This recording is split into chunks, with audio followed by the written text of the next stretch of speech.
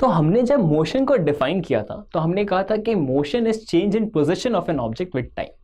लेकिन अब पोजीशन को किस तरह से डिफाइन करेंगे, तो उसके लिए हम दो नए पैरामीटर्स को इंट्रोड्यूस करते हैं जिनको हम रेफरेंस पॉइंट और रेफरेंस फ्रेम कहते हैं।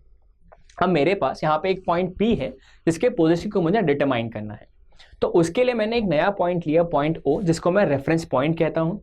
अब मैं ये एज्यूम करता हूँ कि जो पॉइंट O है वो हमेशा रेस्ट पे रहता है और जो मेरा ऑब्जर्वर है वो इस पॉइंट O पे लोकेटेड है।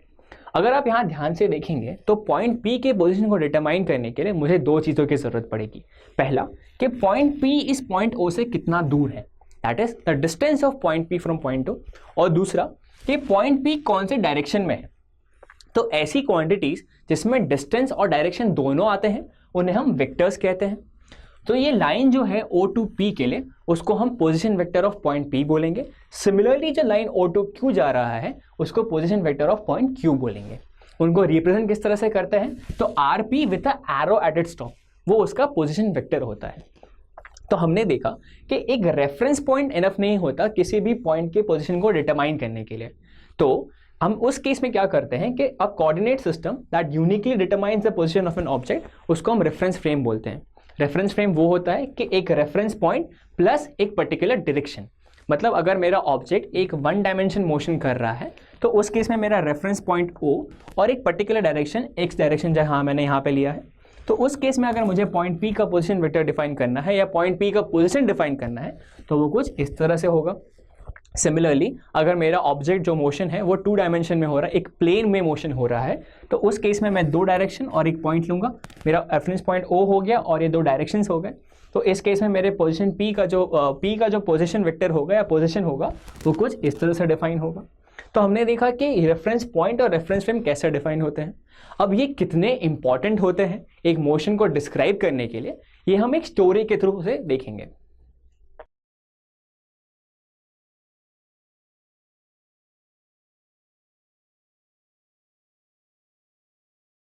तो इससे पहले कि हम डिस्प्लेसमेंट की कंसेप्ट की शुरुआत करें, हम पहले एक स्टोरी देखते हैं। तो इस स्टोरी के अंदर हमारे पास दो कैरेक्टर्स हैं, एक फिजिसिस्ट है और एक टैक्सी ड्राइवर है।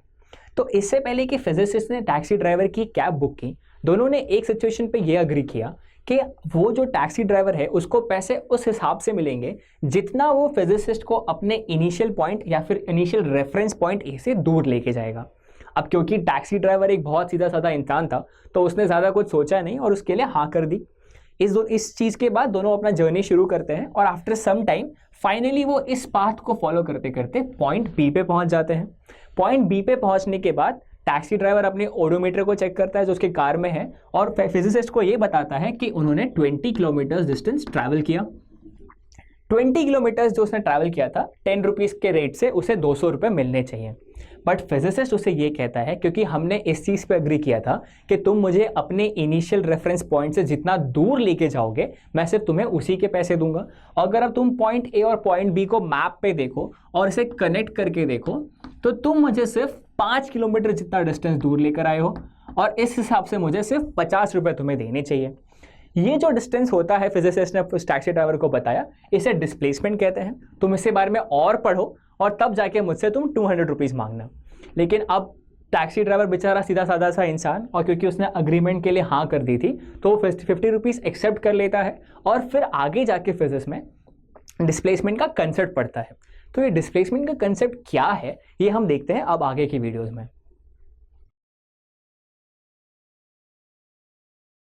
तो इस स्टोरी से हमें दो बहुत इंपॉर्टेंट कंसेप्ट्स के बारे में पता चलता है।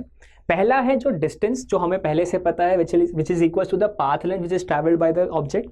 और इस केस में जो हमारा ऑब्जेक्ट है वो कार है और जो टोटल पाथ लेंथ वो ट्रैवल कर रहा है इस केस में वो 20 किलोमीटर्स है। तो इस केस में जो मेरा डिस्टेंस है वो 20 किलोमीटर्स है। लेकिन जो डिस्प्लेसमेंट होता है that is the shortest distance between any two points. और इस केस में अगर मेरा पॉइंट ए और पॉइंट बी लूँ तो हमने ये देखा कि भले यहाँ से यहाँ तक जाने में 20 किलोमीटर्स लगते हैं बट जो शॉर्टेस्ट डिस्टेंस है which is equal to 5 kilometres, तो मेरा डिस्प्लेसमेंट जो है वो 5 किलोमीटर्स है। डिस्प्लेसमेंट को हम चेंज इन पोजिशन भी कहते हैं और डिस्प्लेसमेंट जो है हमारा एक वेक्टर क्वांटिटी है जबकि डिस्टेंस जो है वो एक स्केलर क्वांटिटी है।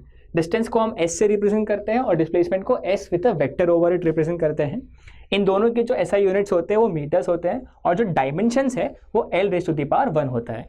तो आई होप इस स्टोरी की मदद से आपको बहुत क्लियर हो गया होगा कि डिस्टेंस और डिस्प्लेसमेंट क्या होता है और उसके बीच का डिफरेंस क्या होता है। तो डिस्टेंस और डिस्प्लेसमेंट के बीच के अंतर को कुछ और अच्छे से समझने के लिए आइए हम एक सिचुएशन को एनालाइज करते हैं। तो यहाँ हमारे पास एक ड्रंकर्ड है जो एक स्ट्रेट रोड पर चल रहा है, पर नशे की हालत में होने के कारण वो हर 4 कदम आगे लेने के बाद 1 कदम पीछे भी ले लेता है।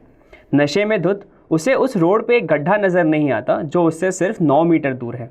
ड्रंकर्ड का हर कदम 1 मीटर के बराबर है और उससे 1 मीटर की दूरी तय करने के लिए ठीक 1 सेकंड का समय लगता है। अब हम इस केस में ये जानने की कोशिश करेंगे कि ठीक कितने समय बाद ये ड्रंकर्ड इस गड्ढे में गिर जाएगा, और साथ ही साथ हम ये भी एनालाइज करने की कोशिश करेंगे कि ड्रंकर्ड का डिस्टेंस और डिस्प्लेसमेंट क्या रहेगा after certain intervals of time. तो सबसे पहले हम ये एनालाइज करने का ट्राई करते हैं कि ड्रंकर्ड को कितना समय लगेगा उस गड्ढे के अंदर गिरने के लिए। तो अगर मैं अपने मोशन को यहाँ से शुरू करूँ,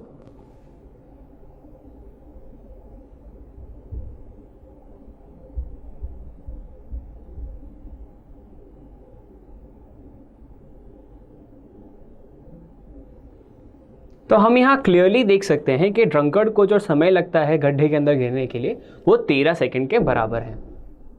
तो अब हम बात करते हैं डिस्टेंस और डिस्प्लेसमेंट की पहले 5 सेकंड ऑफ द मोशन के लिए।